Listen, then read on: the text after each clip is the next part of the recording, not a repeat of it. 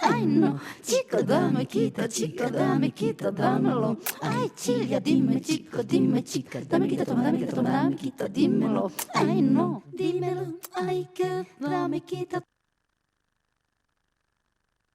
Good morning, Vietnam. No, esto no es una prueba de micro, esto es rock and roll. A rock and rollear desde el Mekong a Tatatanán. Soy yo, suena película de Elvis Presley. Genial. ¿Qué es la zona desmilitarizada y qué significa pacificación? Un general que dice, cogemos un par de L-29 y os pacificamos en pequeños trocitos. Soy el rap que escucharía Ho Chi Minh en la jungla, el manifestante antiguerra que duerme en comisaría, el estudiante que se hace preguntas, el beligerante amor libre. Soy el hippie puesto de María, soy el espía soviético de la Guerra Fría, la voz del pueblo en movimiento. Soy la virtud que busca Dylan en el viento, soy la juventud quemando la cartilla de reclutamiento. Soy el Black Panther violento, compromiso. Soy Angela Davis llamando machista Nixon, soy el insumiso, yo Kubrick, tú Melendi. La verdad no es otra cosa que un solo de Jimi Hendrix. Soy Janis Joplin puesta hasta las cejas, LSD en tu cabeza, el tímido del baile.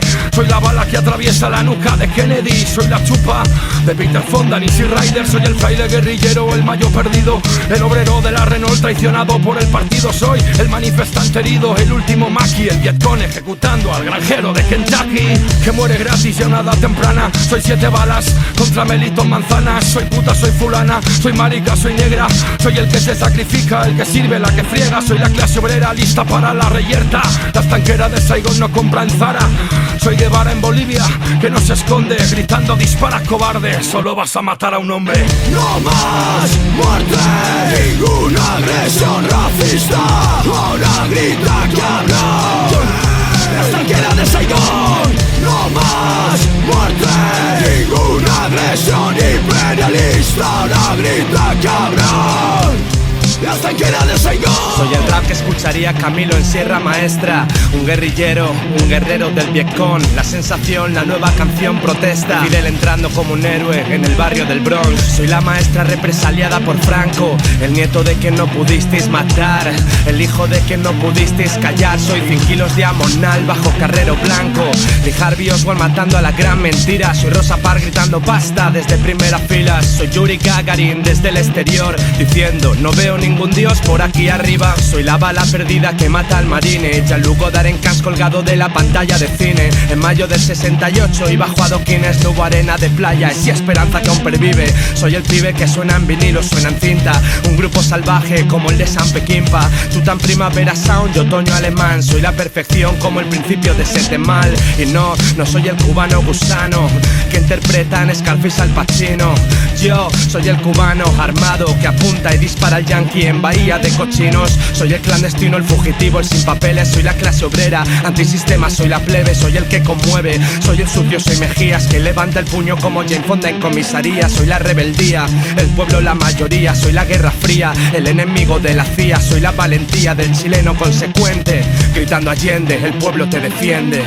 No más muerte, ninguna agresión racista. Ahora grita cabrón, la estanquera de Saigon. No más muerte, ninguna agresión imperialista. Ahora grita cabrón, la estanquera de Saigon. ¡Inmediatamente! No, déjalo ya. Has dicho lo que querías, déjalo ya. ¡No! ¡No he terminado todavía! ¡Díselo tú, papá! ¡Allí siguen exterminando gente! Yo no te obligué a ir. ¡Sí, me obligaste! ¡Claro que me obligaste! ¡Todo se ha ido al infierno! El maldito comunismo ha ganado, no sirvió de nada. Eso no es cierto, Ronnie. Maldita sea, ¿y tú qué sabes? Dios, díselo tú, papá. Díselo, nos engañaron. Todo ha sido mentira. No existe Dios, está tan muerto como mis piernas, ni tampoco existe la patria. No hay nada, solo yo atado a esta puta silla de ruedas para siempre. No me puedo creer que a estas alturas de esta gira de promo que estáis haciendo iba a decir con la condesa, con la estanquera de Saigón, estéis todavía así como de cuando vamos a salir al aire. Claro, Chicos del maíz. La tele del directo impresiona. Impresiona. La tele es la tele. A estas alturas os impresiona un directo. Bueno. Con esos directacos que hacéis vosotros, encima de donde sea, del escenario, donde estéis. Este terreno Ay, parece es un poco mentira. extraño para nosotros. Parece, estás en territorio amigo, acuérdate siempre, Eso- Tony. eso sí que es verdad. Acuérdate siempre. Ahí tienes razón. Voy a empezar, porque yo soy muy comodona para estas de la cosa de las entrevistas, ¿vale? No suelo tener guión, pero suelo echar mano de lo más fácil, que es la Wikipedia. ¿Os parece bien? Bien. Me parece bien. Los Chicos del Maíz es un grupo de rap político valenciano. ¿Hasta ahí vamos bien? Sí. Bueno. Formado por los MCs, eso me cuesta pronunciarlo, MCs, ¿no? Sí, bien. Nega y Tony el Sucio y DJ Boca. Abordan temas como el terrorismo, la monarquía, la situación laboral o la escena del hip hop en España. El grupo se caracteriza por letras ácidas en las que el sarcasmo se entrelaza con referentes literarios, cinematográficos, políticos y de cultura popular. Hasta ahí estáis totalmente Correcto. de acuerdo, a pesar de ser el Wikipedia, ¿no? Sí, sí. Sí. El examen estarías aprobada. De todas formas, lleva valencianos poco, porque yo diría que sois más valenciacanos, ¿no? Pues la verdad es que ¿No? sí. La verdad es que Vallecas, si tenemos que elegir una segunda casa, desde luego Vallecas, porque aparte de con la oficina que trabajamos está en Vallecas, donde hemos dado también de los primeros conciertos fuera de Valencia ha sido Vallecas, y aparte, pues conforme es Vallecas el barrio y la lucha que hay aquí, pues claro que lo sentimos como nuestro y lo sentimos como nuestro segundo hogar, por supuesto. Sí, sí, pero aparte de las referencias sociopolíticas, culturales que tenéis afines a nosotros, también ahora hay una estanquera de por medio también afín Exacto. a nosotros, nuestra estanquera de Vallecas, vuestra estanquera de Saigón, aquí presente. Vamos a meternos en harina. ¿Por qué no nos habláis de este disco-libro o libro-disco? Pues como tú Según se dices, mire. es un pequeño guiño a la estanquera de Vallecas de Eloy de la Iglesia, que pensamos que es un director maldito, un director que ha sido denostado y olvidado por esa cultura de la transición. Era un tipo, hacía un tipo de cine muy incómodo, ¿no? Y bueno, era una forma, por un lado, de recuperarlo, y por otra parte queríamos hacer la analogía, ¿no?, de meterlo de Saigón, porque nos planteamos, bueno, si un puñado de tipos de 1,50 m en chanclas pudieron vencer a la mayor potencia bélica que ha conocido la faz de la Tierra, porque aquí no vamos a poder cambiar un poquito las cosas, ¿no? O sea, un latigazo a toda esa peña que dice siempre, no, es que no se puede, es que las cosas siempre son así, es que no vas a cambiar nada, es que... No, pues mira, estos pudieron y las cosas sí pueden cambiar, ¿no? Hacemos un poco de historia de todas formas, ¿no? Año 2004 hay un encuentro, ya rectificado, Tony, que lo tenía justo al revés. Tenía Nega, pero es Tony, dando la nota más alta, y Nega dando 13 pasos, y van y se encuentran, ¿no? Sí. Estabais destinados a encontraros, era inevitable ese encuentro, fue un encontronazo. ¿Qué fue esto? Bueno, salíamos creo de fiesta a los mismos sitios y ahí nace el encuentro. No sé, pues nos conocimos un poco también, eso, pues en alguna fiesta también, pero también por el tema de la música, y pues nos gustaba lo que hacíamos uno y el otro, y veíamos también que teníamos a lo mejor ideología un tanto afín, y eso empezamos por el tema de cuando existía el Messenger, a escribirnos, a mandarnos rimas, y decidimos probar, y ya han pasado 10 años y una bonita experiencia, la verdad. Hablando de ideologías, porque vosotros sois marxistas por los hermanos Marx, supongo. Por supuesto. Sin lugar a dudas. Seguimos haciendo historia. En 2005, Miedo Asco en Valencia. Si hubierais tenido que hacer este trabajo año 2014, lo de Miedo y Asco en Valencia yo creo que se hubiera quedado como un poquito Sería cojo. mucho miedo y mucho asco. Sí. 2007, Adiós, muy curioso la forma de ponerlo, porque ponen AD10S, Adiós le pido. 2011, esto me encanta, Pasión de Talibanes. 2013, United Artists of Revolution, no sé si lo he pronunciado bien, bajo el sobrenombre de Riot Propaganda con Habeas Corpus. Este Correcto. trabajo lo realizaste con nosotros. Exacto. Y 2014 llegamos a La Estanquera o Condesa de Saigón. Para mí va a ser esta noche. Os voy a hacer una pregunta que creo que no os han hecho en ninguna de las entrevistas que habéis dado hasta hoy, pues hay 2 días en Madrid rulando con cantidad de promo. ¿Por qué un libro? Bueno, porque somos gente leída. Bueno, pues la historia del libro era... Bueno, ya que hay gente que nos va a apoyar, ¿no?, sacando un disco y se va a molestar en gastarse 14, 15 euros, pues dado los tiempos que corren, pues era una forma de devolverles ese favor, ¿no? Y bueno, pues ya que apuestas por nosotros, pues además de los 13 o 14 temas, te vas a llevar pues un libro con La verdad es que ha quedado muy bien, hay textos, hay collages, el diseño gráfico está muy currado, hay cómics, no sé, y es una forma de ofrecer algo más, ¿no? O sea, en estos tiempos que corren de dar un clic y tienes la música, bueno, pues tú que apuestas por nosotros y por nuestra música, además te vas a llevar toda esa historia. Y bueno, y para ser sinceros, por el IVA, básicamente. Sí, también por el Quería IVA. que lo mencionaseis. Sí, porque bueno, sabemos que es un poco abusivo el IVA cultural en Bueno, este país, bastante que es el abusivo. 21% para la música. Por suerte, de momento lo mantienen al 4% con los libros, y la verdad es que es curioso, ¿no?, que mientras el IVA cultural para la música es el 21%, para la pornografía es el 4%, pero supongo que es lo que consume la gente del poder y por eso se bajan el IVA para ellos. Como el arte, ¿no? Las grandes colecciones de arte está un 4% también de IVA, ¿no? O sea, Y luego los pañales al 18%, es bastante curioso esas cosas. Los pañales es lo que más me inquieta, porque llega una cierta edad, ¿verdad?, en que ya, bueno, en fin, vamos a correr un tupido velo. En el pecado a la penitencia, y como sois, ¿qué sentís cuando vais, como por ejemplo lo que ocurrió ayer, en el Ateneo Republicano de Vallecas, vais y presentáis el disco libro, hubo firmas de ese libro disco, podríamos decir? creo que es mejor libro disco, porque mejor. es más libro que disco, ¿no? ¿Qué sentís cuando, más que hablar, o sea, decir, presentabais un disco libro y era como si estuvierais presentándoos a una candidatura? Sí, ¿qué sentís cuando pasa esto? Pues la verdad que mucha emoción, ¿no? Sí. Decidimos ese formato porque, bueno, primero porque es un libro y porque queríamos hacer algo distinto, ¿no? De hecho, desde BOA nos propusieron ir a la FNAC, ir a sitios así, pues... Y dijimos, no, esto no es una presentación de un disco al uso, no vamos a hacer ahí el paripé de cantar 3 o 4 canciones y que la gente luego se lo lleve firmado.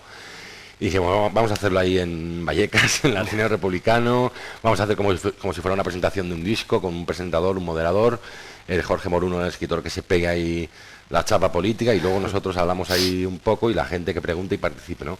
Queríamos eso, hacer una presentación de un libro, no una presentación de un disco, ¿no? Que suele además es que no nos gustan nada, porque es ahí ir a la FNAC y Claro. es quedar súper artificial, porque no has preparado... Son temas nuevos que no has preparado. A mí por lo menos me gusta presentar los nuevos en una sala como toca, Claro. y con la gente mamada y con un ambiente de concierto, ¿no? En la FNAC es todo ahí tan frío y tan aséptico y tan...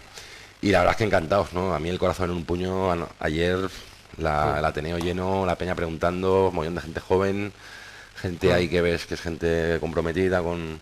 Sí, sobre todo gente joven, o sea, sobre todo las primeras filas era todo gente muy joven, y la verdad que con letras como las que tenemos nosotros, que venga tanta gente joven que se interese y a lo mejor a partir de nosotros se interese más por la política, la verdad es que es bastante emocionante. Pero cabe reseñar, tío, que había gente joven que incluso compraron chapas para sus padres, incluso alguno que otro, yo sé que adquirió el libro disco por encargo de algún padre que otro, que os quede claro. Hay un poco de que todo, son muchas sí. las generaciones que tenéis ahí en la nuca, con su aliento. Eso es lo pegado a bueno, vosotros. eso es lo bueno, ¿no? Que lo sepáis. No tener un círculo pequeño de a lo mejor un rango de edad o solo gente que escuche rap. Creo que lo bueno es poder romper esas barreras y que te escuche todo Sí, tipo sí, de lo gente, habéis desde un conseguido. padre de familia, no, todo lo Lo posible. habéis conseguido Bienvenido sea. Y me consta además.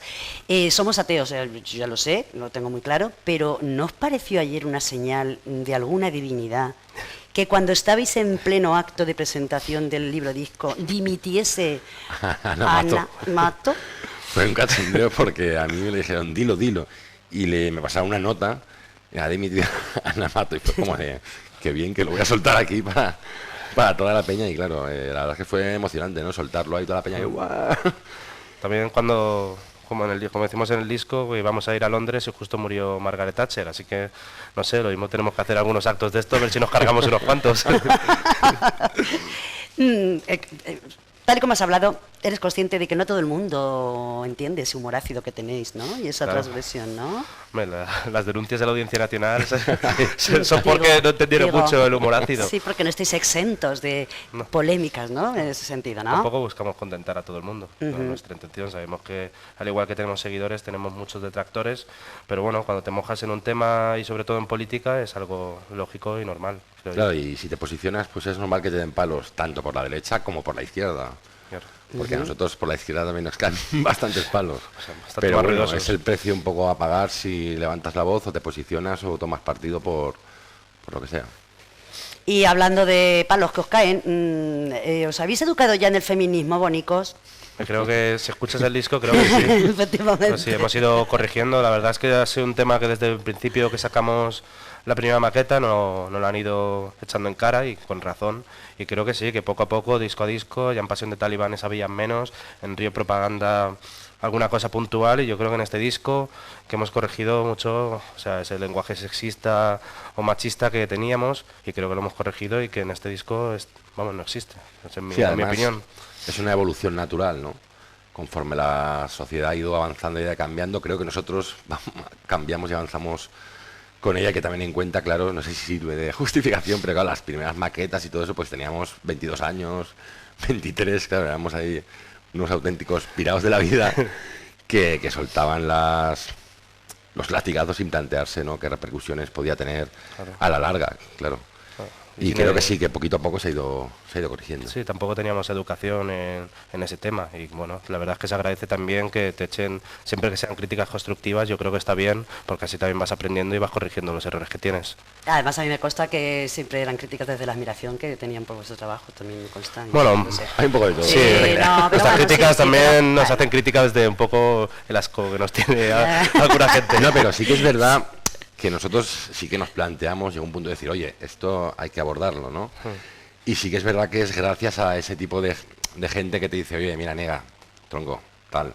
O, pues gente, no sé, Marga Ferré o Tania Sánchez, oye, tío. Y creo que pone de manifiesto, ¿no?, que lo importante es hacer pedagogía, ¿no? O sea, decir, oye, mira, tal.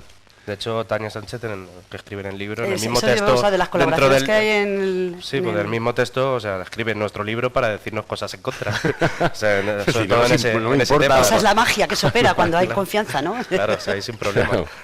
¿Seguís siendo chicos de mono, de trabajo y al tajo? No, por fortuna. Los chicos del maíz. Esto con madera. Bueno, pero es otro tipo de trabajo también. O sea, había un grupo que decía que trabajo, diversión, seguro, pero que nos divertimos duro. Y eso es un poco la verdad, porque, por ejemplo, realizar esto son meses de, la verdad, mucho nervio, mucho despertarte para escribir, mucho dolor de cabeza. Sí, vamos, pero yo lo prefiero a soldar en el puerto. Claro, o sea, no vamos a ser O sea, tampoco diciendo... no vamos a ser unos hipócritas, no vamos a decir que no, esto es durísimo, ¿no? Y el trabajo intelectual y... Claro. Y bueno, pues la verdad que hasta cuando dure. O sea, tampoco a mí me da justito para pagar el alquiler y poquito más. Y bueno, pues cuando la gente se canse de nosotros, pues volveremos a ponernos el mono azul. Sin problema, vamos. Hablando de cansarse o no cansarse, ¿qué es lo que va a encontrarse la gente a nivel musical? Vamos a ceñirnos ya. ¿Qué se va a encontrar en este disco, libro disco? Bueno, para la gente que sigue a los Chicos del Maíz desde el principio, creo que es un disco que da continuidad a todo lo que hemos venido haciendo hasta el momento. Creo que el salto está sobre todo en la calidad, la calidad musical, las instrumentales son mejores, creo que también las letras, a la hora de rapear, creo que también es mejor, pero bueno, manteniendo un poco la esencia que nos ha traído hasta aquí y recuperando un poco el espíritu gamberro, sobre todo de las primeras maquetas. Pero bueno, creo que es una continuidad, que tampoco cambiamos nada en esto, salvo el salto de calidad, sobre todo sonoro, de este CD. Sí, sobre todo a nivel técnico. Pues claro, funcionas mejor, llevas más tiempo, accedes a un mejor estudio de grabación, trabajas con peña que está más... Y sí, la cuestión técnica creo que está más pulida y más trabajada. ¿Cuáles son los planes que tenéis, aparte de seguir hoy esa ronda de promo en Radio Carcoma? No sé, ¿cuáles son los planes más inmediatos que tenéis ahora? Pues empezar a preparar ya los conciertos de la gira, empezar a preparar las nuevas canciones, también por supuesto con canciones antiguas, que la gente también las espera. Y de momento tenemos un concierto en Nochevieja, en un festival que hacen en Valencia que se llama Festiver, y a partir de febrero es la idea de empezar ya la gira. Entonces ahora ya a preparar el directo, que es de las cosas que más disfrutas cuando tienes un grupo. Y te iba a hacer una putada, Tony, te iba a hacer una putada, él. pero veo que no lo trae y me da un poco... No te iba a retar a que dijeras el manifiesto que te largaste ayer en el Ateneo, pero como tú bien dijiste, el leído como Rajoy. Sí, es que no... Y con plasma además de por medio, pero no lo has traído, con lo cual, No. a grosso modo, danos una pinceladita de ese, así... Pues bueno, lo único que he comentado un poco es también el tema de la cultura, que creo que también, aunque sí exista música un poco para distraerse, que creo que también la cultura debe ser un poco combativa Y bueno, como resumía un poco al final, que igual que se dice que el miedo o que la sonrisa va a cambiar de bando, creo que también la cultura tiene que cambiar un poco de bando y que también exista música como la nuestra, combativa, y que ponga un poco en cuestión el sistema que existe ahora mismo. Sí, ocupar espacios, ¿no? Ocupar espacios porque sí que parece que hay, voy a utilizar la palabra de moda, una casta cultural, ¿no?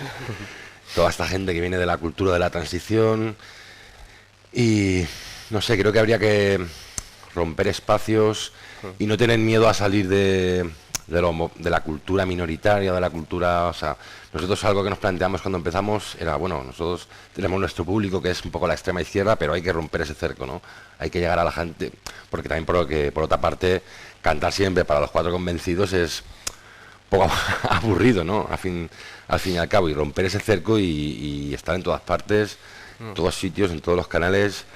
Sí, que sería interesante, porque está muy bien venir a Teleca y seguimos viniendo siempre seguro, pero que también sería interesante que un grupo como el nuestro pudiera sonar en televisión española sin ningún problema. Porque es de todos y de todas. Pero no existe eso. Hay ciertos grupos que siempre van a tener ese espacio que se le niega a otros grupos por pensar distinto. Si es que además la cultura, cuando llega la crisis, llegan las crisis, lo primero que se recorta es la cultura, porque como no es algo, para ellos no es algo que se pueda comer o se pueda tocar, ¿no? Pues ¿Quién fue? Millán Astrain, el que decía cada muerte, vez que se habla de la cultura me echo mano a la pistola. La mano al revólver. Sí, yo creo que muera la cultura sí. y muera la inteligencia. Muy peligrosa de la cultura, intelectuales. realmente. Sí, es lo primero que recortan, ¿no? Y es dramático, ¿no? Porque la cultura es la base de la comunidad, de las relaciones, pero en fin, parece que les queda poco, a ver qué pasa con esta gentuza. Veremos. A ver si el próximo estudio de Teleca es ahí público y pagado por el ayuntamiento y bien grande, ¿no? Por un gobierno, A la vista está. popular. A la vista está. Yo subvencionada, total y absolutamente, que sí. Me están diciendo que estamos ya enrollándonos. Que, pues claro, nos estamos enrollando como debemos hacer, por otra parte. Hoy se me dio de la olla una pregunta que os iba a hacer. Y os aseguro que es interesante, ¿eh? Sí. No como todas las que yo hago, pero esta era más interesante todavía. Bueno. Era algo de la estanquera y con la estanquera de Saigón. Ah, bueno, sí, que nos vamos a despedir con otro de los trabajos, otro videoclip, incluido, por supuesto, el tema, que es, por ese título, yo al gulag. No, tú al gulag. Tú, siempre se manda al otro gulag. Y yo a California, esto que... Pues es un poco eso, que tú al gulag y yo al solito. Sí, con la película esa de tú a París y yo a California, ¿no? Creo que era. Sí, sí, la gracia la cojo, pero digo, lo del gulag... Por eso, pues el gulag, creo que es un sitio un poco frío, pero que está bien para mandar a gente. Y ya por último, ¿qué sois más, de Ninots o de Demonis? Pues un poco las dos cosas, creo que hay que reivindicar las dos cosas. Porque son nuestras, aunque la derecha se haya apropiado de los ninots. Sí, porque es un rollo como muy rancio, ¿no? Sí. Lo que se Sí, pero porque la falla. Es que la izquierda apasionada como estoy del País Valenciano, porque lo estoy, Sí. pero de repente es un rollo como muy rancio, ¿no? Sí, pero bueno, ahora están haciendo que llaman fallos populares, están intentando Y se recuperar. está como reactivando, ya era hora. Ya era hora. Pero sí, hay que recuperar también la cultura que se ha quedado a la derecha, la verdad. Y os puedo asegurar que los chicos del maíz seguro que están ahí, porque se ofenden todas partes, en la calle. Sí, mucho. la verdad que estamos además ganamos el concurso de paellas en la última. No, pero también ¿Cómo en la se otra ha parte. dicho? También en la otra parte contratante de la segunda parte, o sea, reivindicando y en las calles. Allí Hombre. precisamente, bueno, pues hubo una persona que lo comentó, ¿no? Que una de las cosas de los chicos del maíz, aparte de hacer un hip hop, como tiene que ser un hip hop, o sea, reivindicativo y que llegue y que la gente se le quede un posito ahí, como toda buena cultura, que os agradecía que había hasta convocatoria de 50 personas donde estabais ahí vosotros pues apoyando. Sería un tanto hipócrita lo que hacer estas considerarais. letras. No, sería un tanto hipócrita hacer estas letras y quedarte en casa, la Se verdad. hace lo que se puede. Y bueno, así que acudimos siempre podemos. Pues nada, valenciacanos ya. Valenciacanos suena bien. De por sí. Como le digo a todos mis invitados, una K, ¿dónde la tatuaríais? Uy, Tony, me miras así. Menos mal que a través de esas gafas no veo los ojos. Yo aquí en el brazo. Una cara. Pero se le está ocurriendo, yo creo que un sitio que no... Yo no sé. ¿no? En el brazo. Sí, yo creo que, no sé, ahí bajo el cuello, que queda muy erótico. Pues muchas gracias de verdad y gracias por haber vosotros. estado aquí porque sé que para vosotros supone un esfuerzo. No, la verdad Sí, que lleváis 2 días, a mí no me engañes, que yo lo sé. Pero bueno, en Que tú sitios como chunguillo, este estamos muy cómodos y la verdad que es un placer y muchas gracias por traernos, de verdad. Hasta chunguillo de frío, no los pasa valencianos, nada. es que es lo que tenéis, que con nada de frío es como que hoy. La edad que no perdona. Pues muchas gracias por haber estado. A vosotros. Pues hablando de los recortes y hablando de lo público, lo que vamos a tener a continuación, digo para que no os vayáis, por supuesto, porque la agenda oculta continúa, es un documental que se llama, fíjate qué nombre tan sonoro y tan sugerente, Las trincheras de la pública. Y se refiere a, sí, por eso, ellos. sé que os iba a gustar, sé que os iba a gustar. Hasta vosotros lo vais a ver. Y bueno, pues vamos a ver ese tú al Gulag y yo a California. O a Jimmy Jazz a tomarnos unas cañas. También.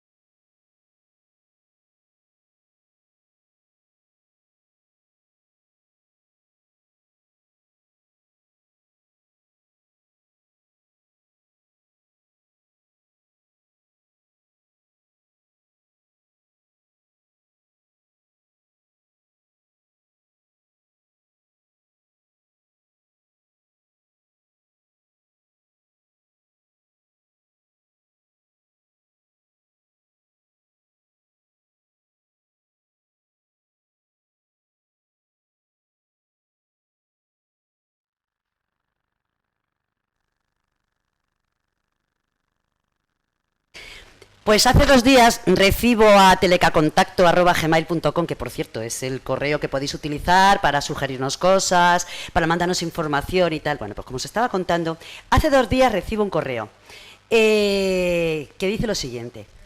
Aquí os dejo un documental, el documental completo que hemos hecho sobre la escuela pública, analizada desde el contexto sociopolítico de nuestra historia reciente. Espero que os guste porque hay mucho cariño puesto en ello. En él participan profesores como Carlos Fernández Liria o Marcos Reutemann, entre otros. Os lo envío por si podéis darle difusión. Y es que, claro, nos encantó. ¿Cómo no vamos a darle difusión a algo que nos ofrecéis y lo que es? Por supuestísimo. Y mejor forma de darle difusión, por favor, es contar con los hacedores de este maravilloso documental que se llama Las trincheras de lo público. Hay una frase que me encanta al inicio del documental, esa locución que tú, Vanessa, con tanta dulzura haces, que dice: me llamo Miguel Hernández, tengo voz femenina y soy un colegio público. Es que me encanta esa frase. Es que es una pasada. Bueno, Raúl, Vanessa, gracias por estar aquí y por traernos esta pildorita maravillosa de escuela pública y de trinchera. Contarnos cómo surge esto. Gracias a vosotros por la invitación. Y bueno, pues surge, esto viene del 2012. Yo soy maestro y trabajaba en Castilla-La Mancha, y en aquella época Cospedal decidió, como se sabe, pues echar a unos 4.000 maestros. Yo soy uno de ellos, y al quedarme fuera pues me dedico a profundizar en otras inquietudes. Acabo la carrera de antropología y posteriormente inicio videodocumental. Estudio videodocumental y bueno, pues como final de curso había que hacer un documental y yo tenía claro que tenía que ser sobre la escuela pública. Después, al principio, bueno, no teníamos ni idea de cómo iba a ser. Un día, comentándole a Vanessa, me gustaría un hilo narrativo diferente, algo que enganche un poquito al espectador para dar voz a los especialistas que participan, que todavía ni siquiera sabía cuáles iban a ser. Y se le ocurre la maravillosa idea de que sea, pues, bueno, tú lo has dicho, Miguel Hernández. Bueno, Miguel Hernández vino después, pero la voz de un colegio que hable en primera persona y cuente pues el desarrollo. A partir de ahí me pareció maravillosa la idea. Escribir el guión fue pues como escribir un cuento basado en la realidad, y pues a partir de ahí pues había que conseguir, una vez teníamos el guión, conseguir dos cosas. Por un lado, el colegio donde grabar, que fue el Colegio Trabenco, un colegio que, tengo que decirlo, funciona de un modo totalmente distinto a lo que estamos acostumbrados, por desgracia, últimamente, de modo asambleario, democrático. Y por otro lado había que conseguir a los especialistas. Los especialistas, pues conseguir a los gigantes que conseguimos fue una... Como se va a ver ahora, pues una maravilla, la verdad. Y no sé, respecto a la voz en off, Vanessa, probamos. ¿cómo se te ocurre a ti eso? Porque la verdad que estas tú cosas... con la enseñanza, con la escuela, con... Alumna. Ajá. Porque no me Que dejaron ya ser es más que profesora. suficiente, ¿no? como para estar vinculada, ¿no? Claro. Y a reivindicar una escuela pública, ya lo creo que sí. El tema del colegio, o sea, imagínate, ¿quién lo ve todo desde siempre? Pues la estructura de un colegio que me parecía poner a hablar al colegio una cosa extraordinaria. ¿Para qué poner a hablar a un padre, a un profesor, a un alumno? Muy, muy interesante, por supuesto, porque esos son los testimoniales y son los que ponen luego un poco las líneas, ¿no? Los especialistas. Pero un colegio era, no sé, ¿esto te gusta? A mí me encanta la idea, vamos, me ha parecido total y absolutamente. Bien. Y luego, qué difícil documentarse. Quiero decirte, cómo elegir lo que va a estar en ese documental. Cómo elegir, porque hay documentación también. Sí. Es una historia, ¿no? De lo que es contarme esto. Eso fue una tarea, vamos, dinosaúntica. Pues mucho material, horas de grabación. Raúl fue a buscar a los especialistas, ponerse en contacto con ellos, hacerles entrevistas que son muy largas, y luego recortar todo ese material, aunarlo como está en el documental y que tenga un hilo narrativo que construya y que diga. Y eso son muchas horas, mucho entusiasmo, a veces te vienes abajo, pero el tema de la reivindicación lo merecía ¿verdad? Aparte me alegro que diga lo de venís abajo, porque uno de los agradecimientos es a los vecinos de la zona por haberte dejado grabar en las alturas. Totalmente. Sí. Ese ha sido el momento de venir abajo, en el edificio o totalmente. De hecho, bueno, no fue fácil. Finalmente, pues conseguimos, porque hay gente siempre maravillosa que te abre las puertas, y conseguimos grabar desde la arriba del edificio de enfrente para esa toma que se ve del colegio en grande, y la verdad que es genial. Respecto a lo que decías del enfoque, lo histórico y demás, creemos que era pues, interesante no hablar de lo que está pasando simplemente hoy día en la escuela pública, sino que retrotraernos un poquito al pasado, de dónde venía todo esto, y para eso hay que hacer un análisis histórico y hay que adentrarse en las cuevas más profundas de este país, que es el franquismo y la ruptura democrática que supuso la República, y todo lo que ha venido después, pues hasta llegar a hoy con esa transición edulcorada que nos ha traído a los días en los que estamos, en los que la LONCE, según dice mucha gente y lo comentan los especialistas en el documental, pues digamos es un rescate de muchas cosas de aquella época franquista, enseñanza nacional católica. Que nos lleva a la mercantilización de la educación, que es muy interesante porque además lo primero que cuando realmente la derecha quiere acabar realmente con una ciudad justa, con una sociedad justa, con que todos y todas seamos iguales, con las leyes, no quiere construir leyes para todos y todas, sino leyes que gobiernen a favor solamente de unos poquitos. Bueno, pues cuando eso ocurre en las sociedades, lo primero a lo que se ataca, entre otras cosas, es a los estudiantes y a la educación, porque una revolución sin educación no se propaga, no triunfa, ¿no? Y entonces ahora lo que se quiere hacer, dado que hay tanto movimiento social en las calles, tanta vuelta, queremos cambiar las cosas, ¿no? Pues vamos a aplastar la educación, a mercantilizarla, al consejo, que lo lleven básicamente los bancos y todas las financieras. Hoy hemos estado en una charla que han dado los de puño y letra de la Universidad de Filología de la Complutense de Madrid, y estaban explicando muy bien qué era eso de la mercantilización de la educación, que el rector iba a ser nombrado a dedo por lo que es Bankia, lo que es Fundación Mafre, Santander y todos los grandes, Endesa, imaginaros, no, al final las becas traducen en vamos a pedir un crédito al banco, y por supuesto los hijos de los obreros poco a poco ir dejándolos atrás en esas. Bueno, pues al final. Por eso lo explica muy bien Carlos Fernández Liria en la entrevista muy larga que tengo, que bueno, ahora cuento que se podrá ver también las entrevistas completas.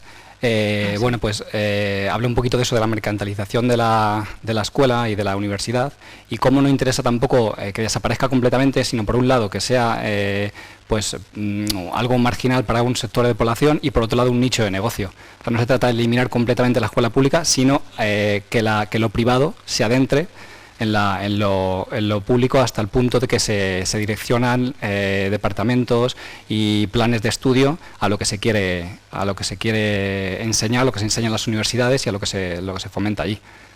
Con lo cual. Es obvio, pero ¿qué pretendéis con este documental? Concienciar. Sobre todo concienciar. Desde mi punto de vista, concienciar. Sí. Creo que aunque se ve la lucha, se ve que cada día hay más niños en las aulas, más recorte de profesores, menos recursos en las escuelas, menos alumnos en las universidades, 45.000 alumnos menos matriculados de 2 años para acá. Eso es una bestialidad. Vale que nos sobran universitarios, nos dicen, no nos sobra nada. Nos falta información y estar bien preparados. Bueno, pues todo esto se ve. De hecho, la gente habla en los mercados, en las calles, pero luego yo sigo viendo a poca gente manifestarse, elevar la voz.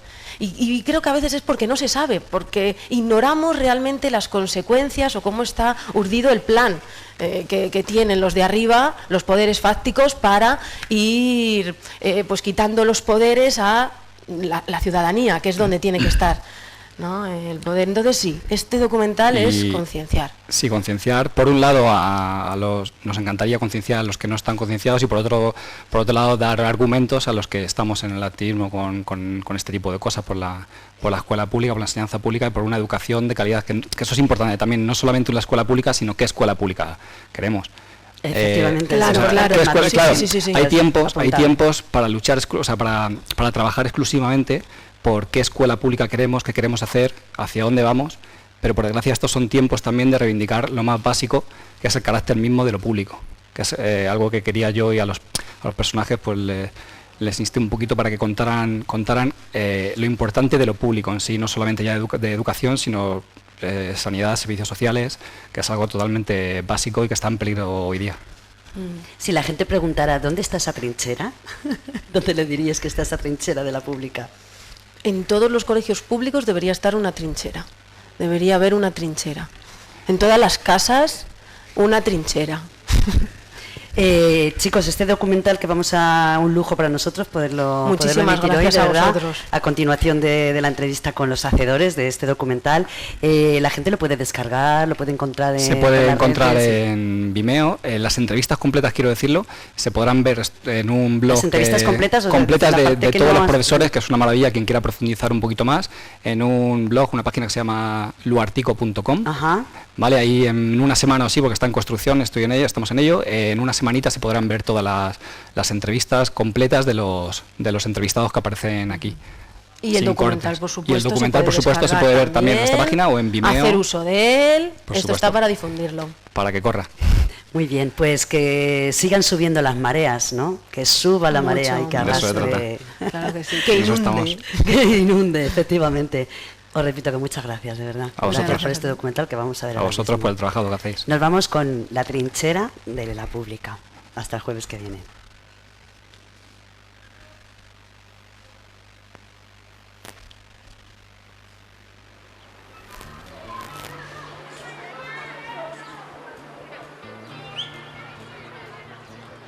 Hola, soy Miguel Hernández. Sí, han oído bien. A muchos les sorprenderá el hecho de que alguien a quien consideran muerto de repente se reivindique como vivito y coleante. Y más sorprendidos todavía estarán de que la voz que se asigna a tan ilustre nombre sea una voz femenina. Pero el caso es que así es. Me llamo Miguel Hernández, tengo voz femenina y soy un colegio público. Aunque quizás lo que más les sorprenda es el hecho de que un colegio como yo de repente se lance al arte de la oratoria. Pero ¿saben? Llevo muchos años callado y hoy quiero contarles una historia. Una historia que es mi historia, pero también la de muchos como yo y también la de muchos como ustedes. Y es que la historia de un colegio bien puede ser la historia de un pueblo.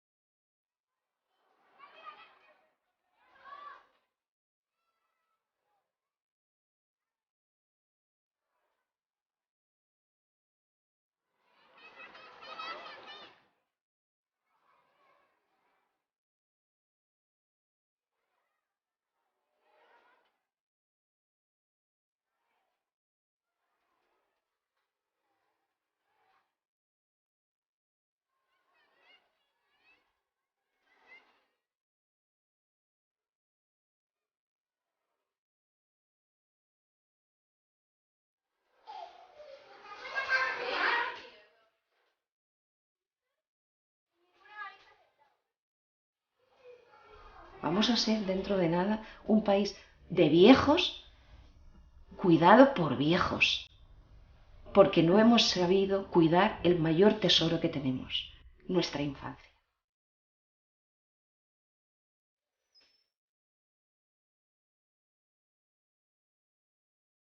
España era un país pobre, pues había un bidón de leche en polvo en una esquina de la escuela y en una hora del recreo la maestra preparaba en una olla un poco de polvo con agua, nos daba leche que estaba muy buena y un queso amarillo que donaban los americanos para los niños españoles.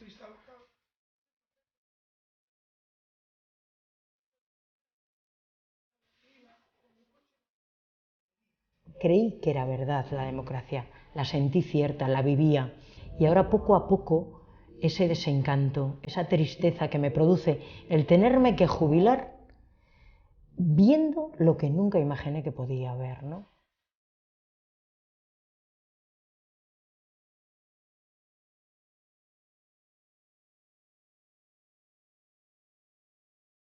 No es que los padres tienen derecho a elegir la educación de sus hijos, es que los hijos tienen que tener derecho a librarse de la ideología de sus padres.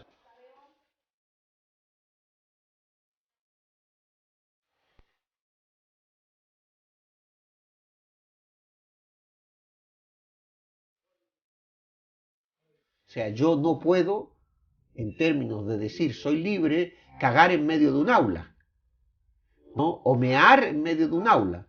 Tengo que postergar la decisión porque para eso están los urinarios y los lavabos. Y eso no significa renunciar a mi libertad.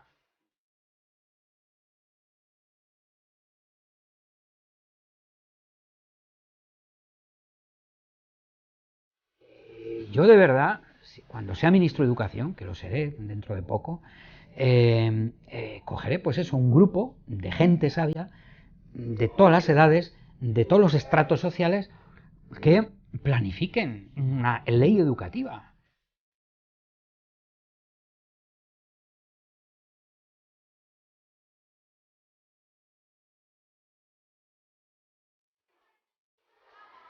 Últimamente, tengo la sensación de que los aires de la educación pública en este país están revueltos. Se habla de otra nueva reforma educativa. Y evidentemente la LOMCE o LODE, LIDE, LUMEN, llamémoslas como queramos en el ámbito educativo, que tomen las siglas que quieran, en la medida en que no haya un acuerdo global de establecimiento de qué es la educación democrática, es decir, qué conocimiento necesitamos saber para saber qué estamos conociendo. Y eso implica ser democráticos. Seguiremos dando bandazos. Ahora tenemos una nueva ley y el anuncio próximo de otros grupos de que la cambiarán en el momento que lleguen al poder. Una nueva ley que nos ha llevado a situaciones que son pues de la época de la dictadura. Una auténtica desgracia porque es una situación de exclusión radical. Bueno, pues el futuro, si no hay una reacción, si no hay una insumisión frente a todos estos planteamientos, es muy duro y muy negro.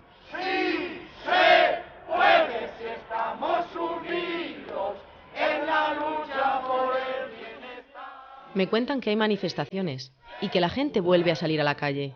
Yo no las he visto. Entenderán que debido a mi peso, sería una osadía arrancar mis cimientos y presentarme en el tumulto de una manifestación para defenderme a mí mismo. Creo que el pánico sería tal que la gente se disolvería más rápido que si de una legión de antidisturbios se tratara. La marea verde, la marea blanca, la situación socioeconómica que estamos viviendo, yo creo que todo eso ha influido. Luego ha venido la marea sanitaria, la marea de la justicia, la marea de la atención a la dependencia, pero la marea verde en Madrid y la camiseta verde se ha convertido en un símbolo.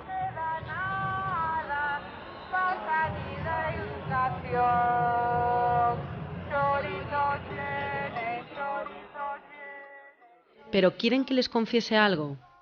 Estoy cansado. Tengo unos cuantos años ya y he visto muchas cosas. Los muros que arman mi esqueleto se levantaron en plena época franquista y enseñanza nacional católica. Eran los tiempos del cara al sol y de la iglesia en las aulas.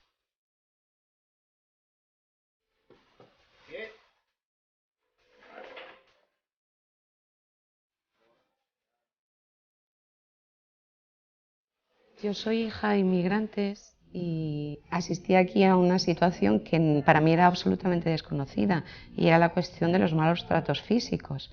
Todo se parecía un poco al catecismo. El profesor siempre tenía razón. Tu palabra casi nunca era escuchada. Un horror militarizado en manos de fundamentalmente la Iglesia Católica. La educación era coherente con el tipo de situación y de régimen al que estábamos sometidos. El día se empezaba cantando el cara al sol en el patio de la escuela y con el brazo en alto. Era una anulación absoluta de las personas y era pues todo aquello de por el imperio hacia Dios y esas historias, ¿no? Atrás quedaron aquellos años de aire fresco y reformas educativas de la Segunda República. Una metodología activa, cooperativa. Cuando había que salir al campo, se salía al campo y se enseñaba en el campo. Era una integración de niños y niñas, recogiendo a todo el alumnado independientemente, lo que intenta decir esta camiseta, ¿no? Independientemente de su edad, de su sexo, de su ideología, a todos. Y luego viene el corte del franquismo, el gran corte, la dictadura impone una vuelta atrás. Todos los maestros y maestras de España, todos los profesores y profesoras de instituto, todos los profesores y profesoras de universidad quedan suspendidos hasta que no demuestren fidelidad al régimen. Claro, tontos no eran, es decir, sabían que la educación es un arma muy, muy seria de formación de las personas, y entonces se establece todo un sistema, yo qué sé, de locos.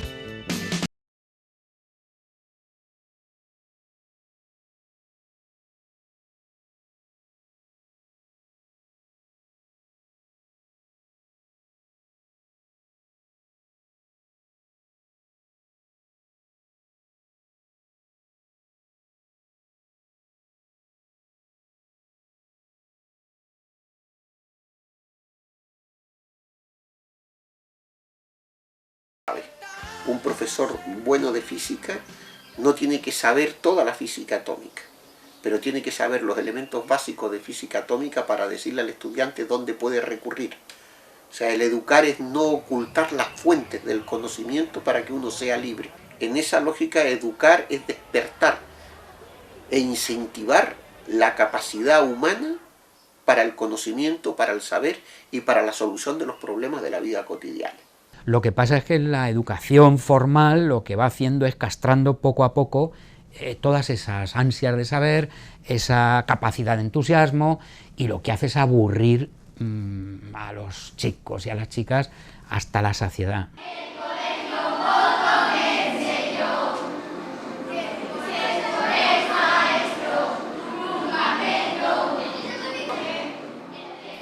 Luego llegó lo que llamaron transición, y con ella la soñada democracia. Los pantalones de campana y la lucha social poco a poco fueron dando el relevo a un desfile de modas, tribus urbanas y clichés. La dualidad entre el yo y el nosotros. Uno no se reconoce en el otro, en el nosotros, por tanto desaparece ese elemento colectivo social que nos identifica. Cuando uno habla de las modas y los elementos de las tribus urbanas, no es ni más ni menos que estar en la actualidad, es decir, es una respuesta con grupos pequeños que evidentemente generan el autismo, o sea, es el autismo social. En Madrid, como en toda España, el gobierno ha lanzado una campaña publicitaria para invitar al ciudadano. Curiosamente, esto comenzó a suceder cuando se volvió a ejercer el derecho al voto. Desde entonces, cada cierto tiempo, en un día en que normalmente descanso, esto se llena de gente de todo tipo. Algunos se esconden dentro de una misteriosa cortina negra, meten una papeleta dentro de un sobre y luego ese sobre dentro de una urna. Con el tiempo comprendí que esto de algún modo me afecta. El proceso de despolitización no tiene que ver con el votar o no votar. El proceso de despolitización tiene que ver con la pérdida de ciudadanía. Es decir, como la capacidad de preocuparte de lo público. Lo que Aristóteles llama el idiota social. O sea, aquel que no se preocupa de lo público, de lo colectivo, del entorno, sino se preocupa de sí mismo. La gente vota lo que conviene a las empresas, es decir, la gente vota lo que conviene a la economía. Como si la economía fuera más importante que los hombres que la sufren. Todavía en los inicios de la democracia se creó lo que se conoce como escuela concertada y creció el debate entre privada y pública. Bueno, la concertada no tiene remedio, porque es que la concertada sencillamente es una estafa en toda regla, que eso es un invento puramente español, que consiste sencillamente en que determinadas empresas pueden chupar impunemente dinero del Estado para sus propios fines lucrativos y para sus propios fines ideológicos privados. Hoy publica un prestigioso periódico español el porcentaje de escuela privada en todos los países y nosotros ocupamos el segundo lugar. Alemania me parece que tiene un 8% de privada. Nosotros tenemos el 40 y tantos %. El modelo educativo ideal que se ha esgrimido todo el tiempo en los medios de comunicación era el modelo de Finlandia, porque Finlandia fue el país que quedó mejor en los famosos informes PISA.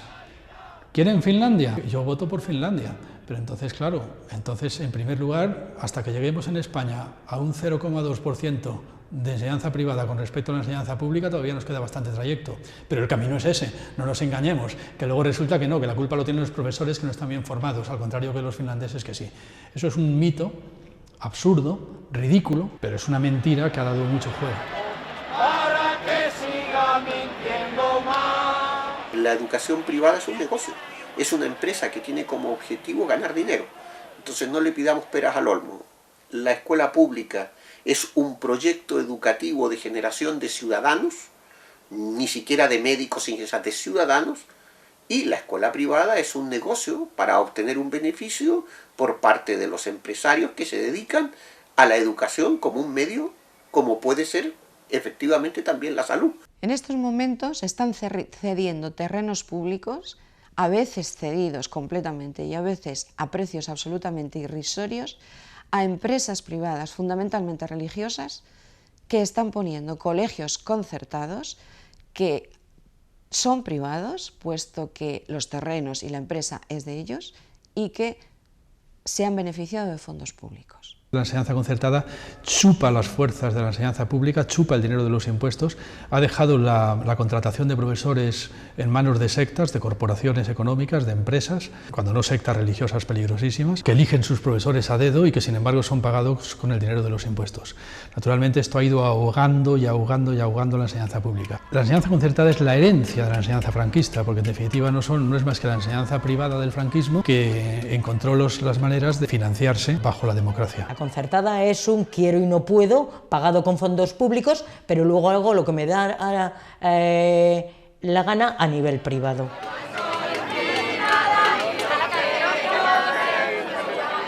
Habría sido de esperar que una verdadera transición democrática pusiera remedio a esa situación. Actualmente la situación es más grave todavía, no ha hecho más que agravarse, porque claro, el Partido Popular y el Partido Socialista, según se han ido turnando en el poder, no han hecho más que beneficiar a la enseñanza concertada con respecto a la pública. Como la enseñanza concertada al mismo tiempo también ha jugado muy bien sus cartas, ha ido poniendo tasas encubiertas, que no tiene derecho legal a hacerlo, pero ha ido poniendo tasas encubiertas de tal forma que ha ido filtrando los mejores alumnos y dejando los alumnos más problemáticos en manos de la pública, pues naturalmente la enseñanza concertada ha ido subiendo de nivel, mientras que la enseñanza pública iba deteriorándose.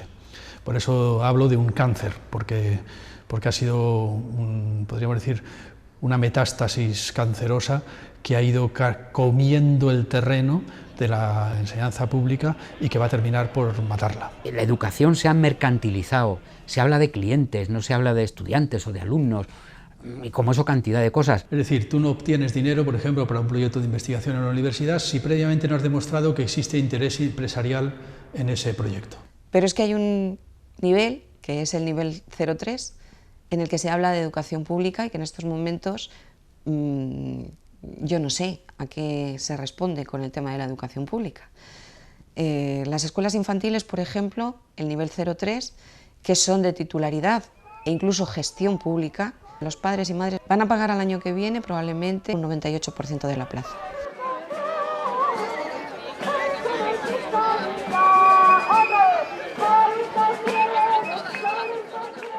Cuando quisimos enterarnos, ya éramos un país liberal inmerso de lleno en la turbina competitiva. Y no nos iba tan mal. Abrazábamos la soñada sociedad del bienestar. En España se ha crecido, desarrollado es otra cosa. Y eso se puede expresar en el AVE, en los aeropuertos, en los factos que se han hecho. España nunca fue un país desarrollado. España lo que ha sido es un país con altos niveles de crecimiento económico, pero que tiene muy poca capacidad tecnológica y +D, es decir, en definitiva un país dependiente tecnológica, científica, y diríamos que incluso lamentablemente en la medida que este proyecto significó la incorporación a los Estados Unidos, es decir, dependiente culturalmente. Quien tiene conquistas sociales de las que está disfrutando pero por las que no ha luchado, pues parece ser que el ser humano estamos abocados en una medida importante a adocenarnos un poco, a acostumbrarnos y a olvidar que aquello por lo que se lucha hay que protegerlo siempre. Yo les digo muchas veces a los estudiantes míos, que son pues eso, entre los 20, 23 años, que una de las herramientas que utiliza el propio sistema para atontar es que los emborracha. Pero no es metáfora, es decir, los emborracha de verdad.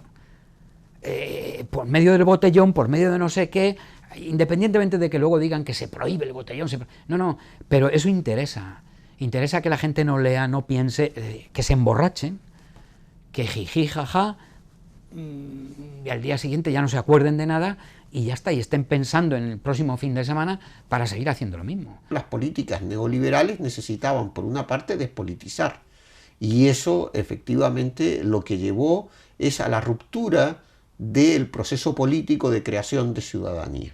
Entonces pasamos del concepto de ciudadano al concepto de consumidor. Y como todo lo que sube baja, llegó la crisis de 2008.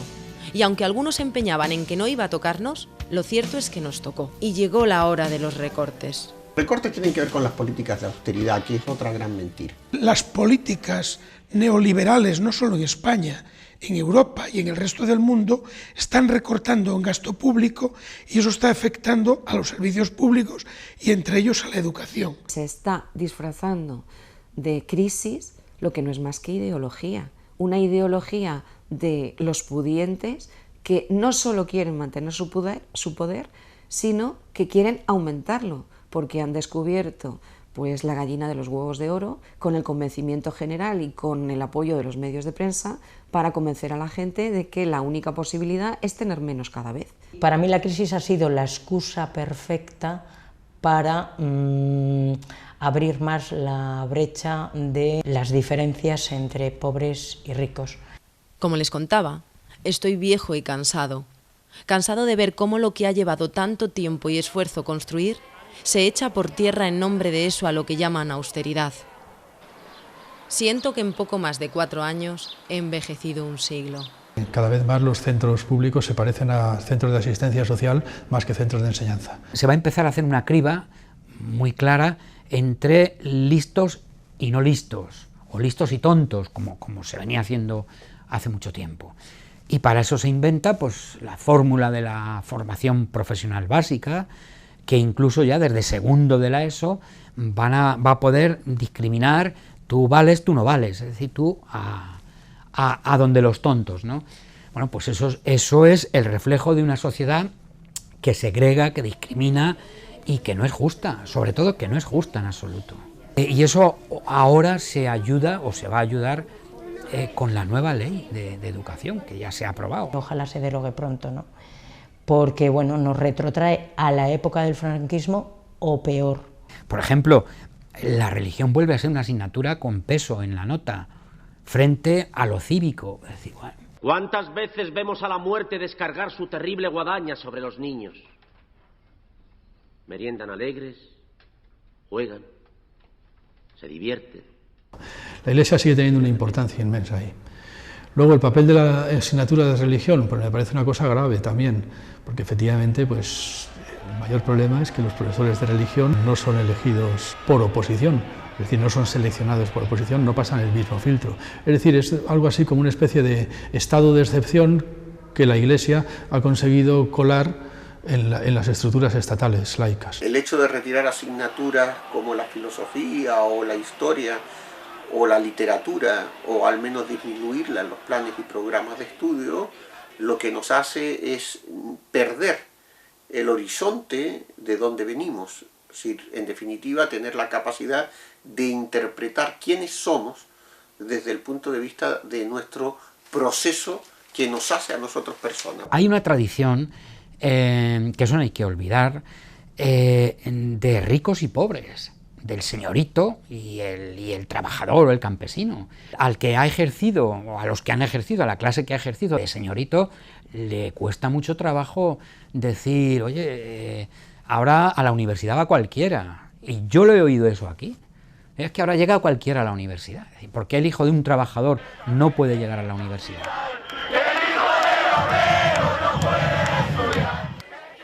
Hemos cambiado mucho en los últimos años. Y veo que la escuela no se está adaptando a las nuevas necesidades.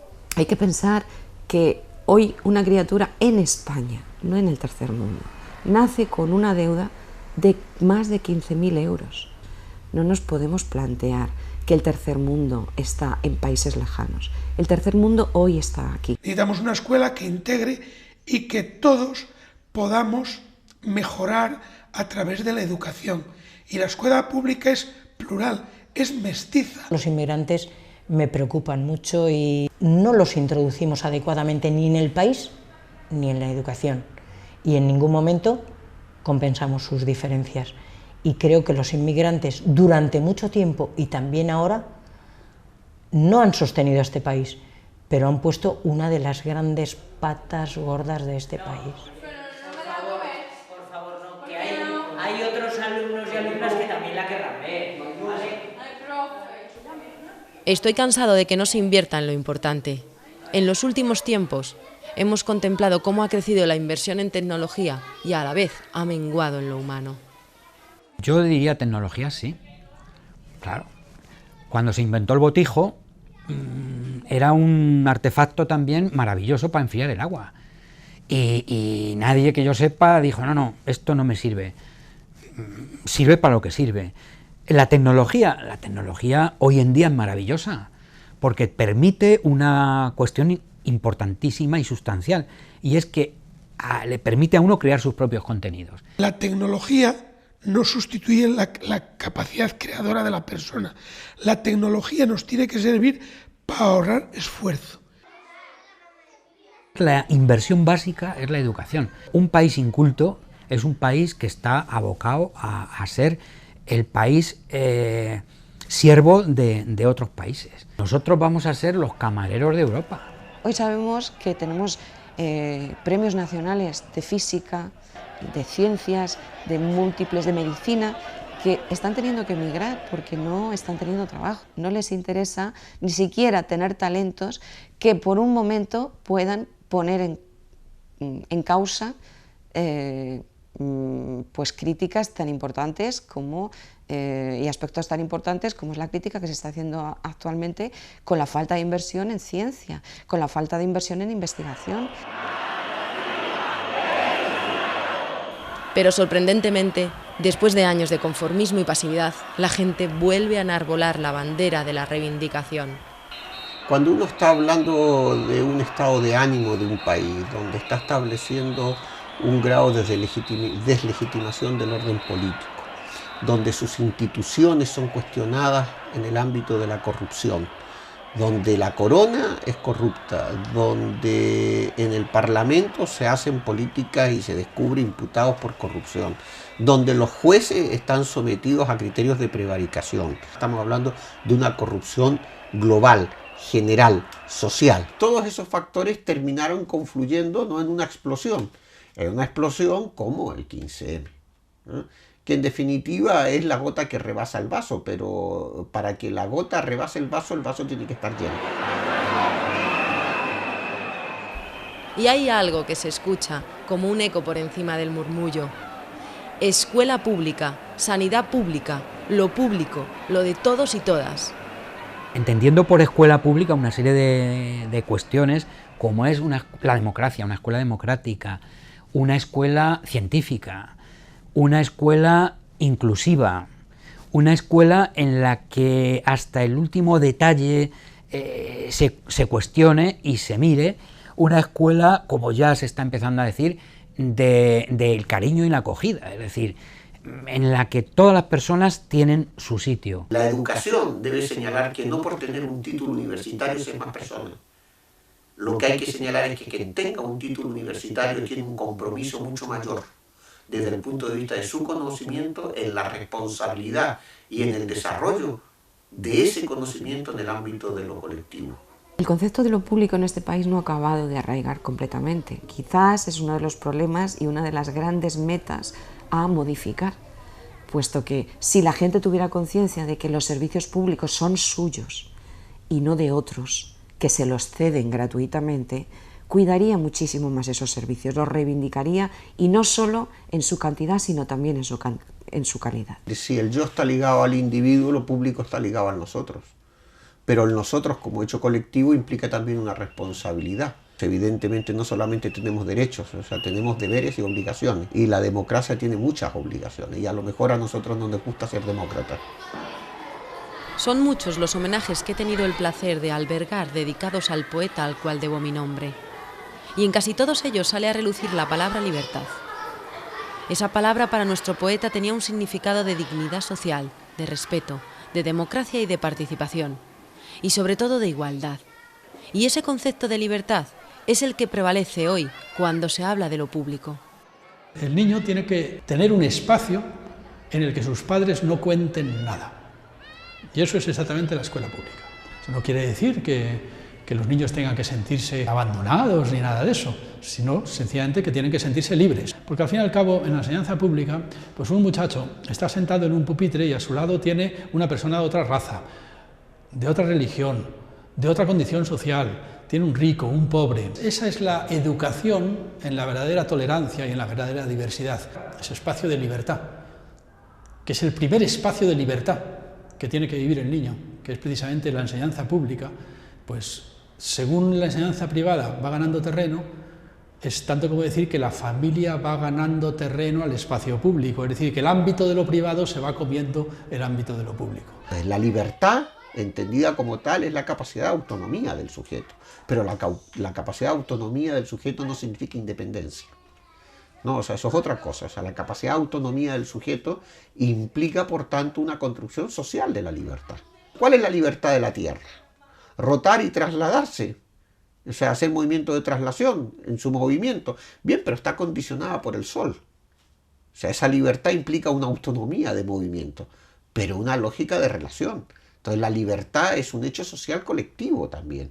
Ahora, en esa libertad del hecho social existe la autonomía del sujeto. Entonces, la libertad en el hecho político, es decir, en el Estado, implica la autonomía del sujeto para poder decidir voluntariamente qué hace y qué no hace. Esa concepción de la participación y de la democracia tiene mucho que ver con la educación.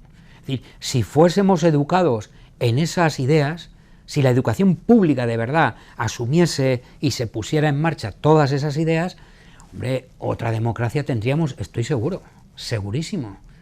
No este tipo de democracia que yo la apellidaría de democracia absolutamente capitalista y para de contar, y luego añádele todo lo que quieras, pero al servicio de unos poquitos y ya está. Bueno, ya me despido. Yo me quedo aquí, acumulando años a mi calendario de achaques, con las bisagras de mis puertas más oxidadas que nunca, pero me gustaría que no olvidaseis algo. Vosotros habéis construido estos muros, vosotros los mantenéis, y de vosotros y vosotras depende que no se deterioren, que este siga siendo un espacio para el aprendizaje, un lugar donde aprender a crecer, a jugar, a compartir, a vivir, y lo más importante, un espacio para la igualdad.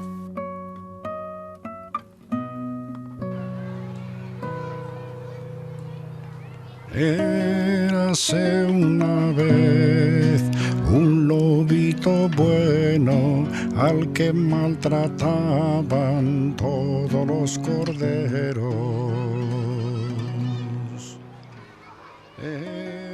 Como dice Francisco Tonucci, no es verdad que todo viene después. Todo está antes, en los primeros tiempos, en los primeros momentos de la infancia, cuando se tiene que cuidar para que crezcan con fuerza, con salud, con libertad, con alegría y con integralidad. Pero por desgracia, como también dice Peter Moss, los gobiernos cuidan más la calidad de sus detergentes que la calidad de sus escuelas infantiles.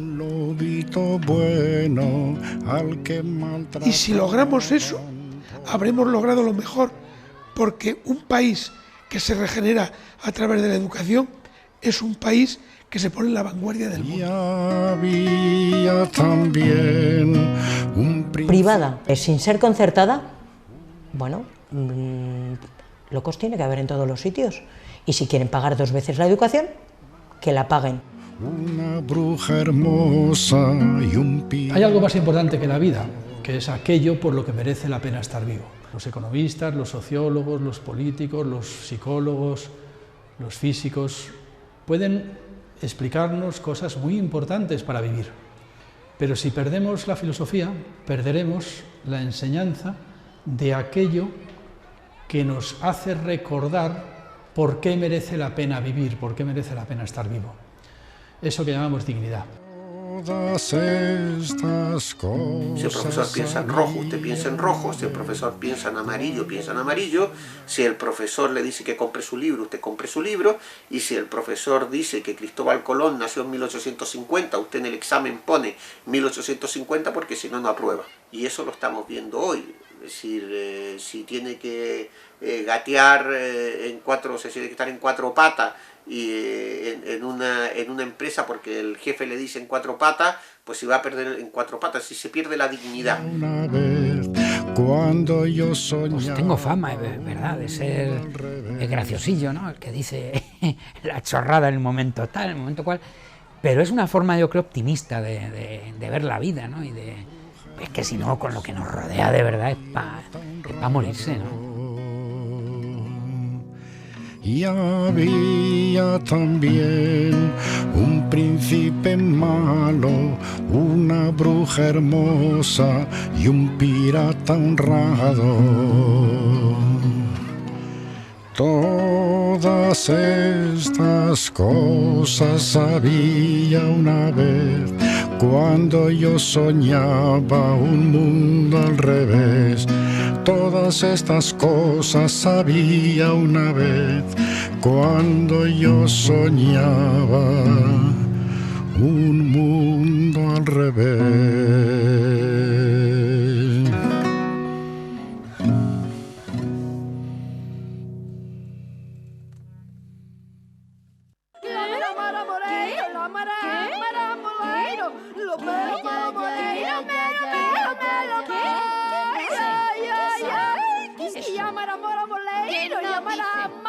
¿Quién?